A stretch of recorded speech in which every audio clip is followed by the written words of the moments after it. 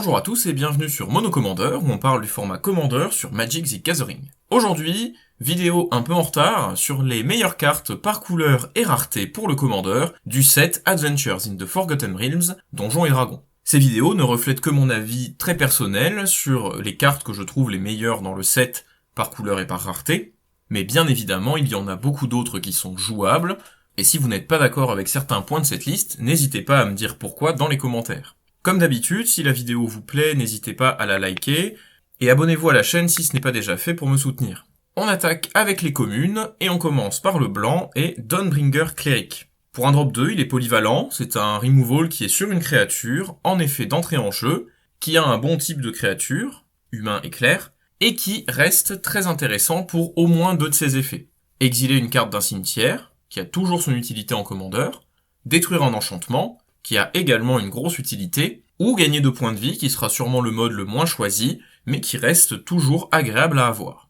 Pour le bleu, You Find the Villain's Lair. C'est un contre à 3, sans condition, mais qui peut aussi creuser le deck, le rendant plus polyvalent, et donc très intéressant. En noir, une commune très bonne, Deadly Dispute, qui est pour 2 un éphémère permettant, en sacrifiant ou un artefact ou une créature, de piocher 2 cartes et de créer un trésor. C'est un effet qui est très efficace, car il permet à la fois de piocher des cartes pour peu cher, en éphémère, et surtout de nous offrir du ramp pour plus tard. Côté commune rouge, Boots of Speed est un nouvel équipement qui permettra de donner la célérité pour un coût dérisoire. Il sera un très bon 3e partenaire au bot de protection si vous avez besoin de la célérité sur votre commandant. Le vert, quant à lui, est assez faible au niveau commune pour le DH.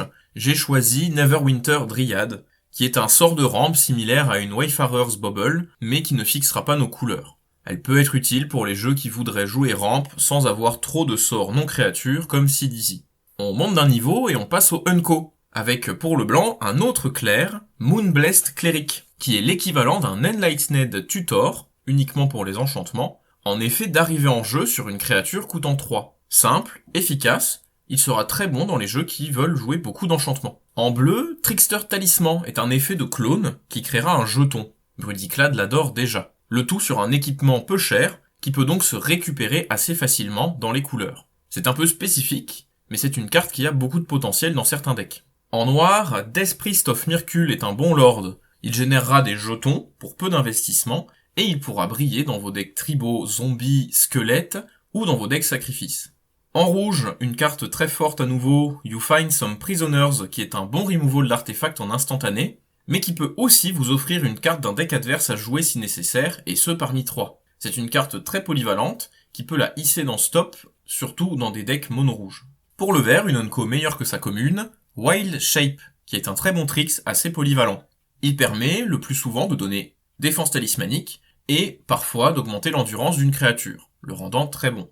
Mais il pourra aussi donner la portée pour surprendre une bête volante, ou le piétinement pour passer des points de dégâts par surprise. Il excellera dans les jeux aura, équipement ou compteur, qui ne seront pas impactés par les modifications de force et endurance de base que donne le sort. Mention spéciale pour une carte multicolore, Bruenor Battlehammer est un monstre de value pour 4 mana, et dans le bon deck, voire en commandant, permettra d'équiper gratuitement n'importe quoi, une fois par tour, et offrira un boost conséquent pour chaque équipement sur nos créatures. Côté rare mythique, maintenant, il y avait beaucoup plus de choix et j'ai dû me restreindre dans la carte que je pense être la plus bonne de façon globale.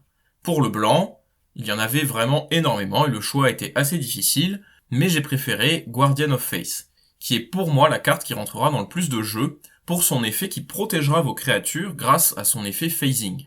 L'avantage de phasing sur les autres effets de protection habituels, c'est qu'il nous permettra d'être sûr de dégager avec les créatures, enchantements et équipements, car le phasing protège aussi les cartes attachées à nos permanents. Et vous pourrez être très serein pour rentrer cette carte dans n'importe lequel de vos jeux créatures. Le bleu avait un peu moins de bonnes choses et j'ai choisi Mind Flayer, qui est sûrement la plus intéressante, qui offrira un effet de contrôle de créature sur un body 3-3. Vous pourrez vous amuser à en faire des copies pour prendre lentement le contrôle de toutes les créatures, mais attention quand même, car si le Mind Flayer est amené à sortir du champ de bataille, vous perdrez les créatures qu'il a pris. Demi-Lich était aussi une très bonne carte, mais un peu trop spécifique dans le deck build pour atteindre le haut de cette liste. En noir, une créature légendaire, Acererak the Archlich, qui est très intéressant, à la fois pour son potentiel très simple de combo infini, qu'on détaillera peut-être plus tard, mais également car son effet, si on peut terminer le donjon dont il parle, reste excellent. Il offrira de grandes possibilités dans des decks tribaux, dans des decks sacrifices, et j'en passe.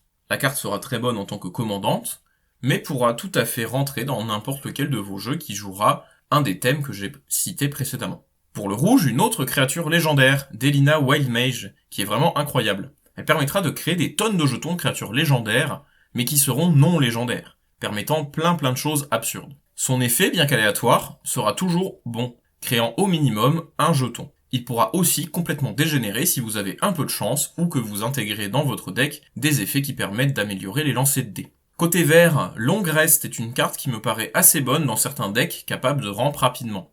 Son coût à X permettra de récupérer des cartes, et il sera excellent dès X égale 3, ou pour seulement 6 points de mana, vous pourrez récupérer 3 cartes, la rendant équivalente à 3 Rigros.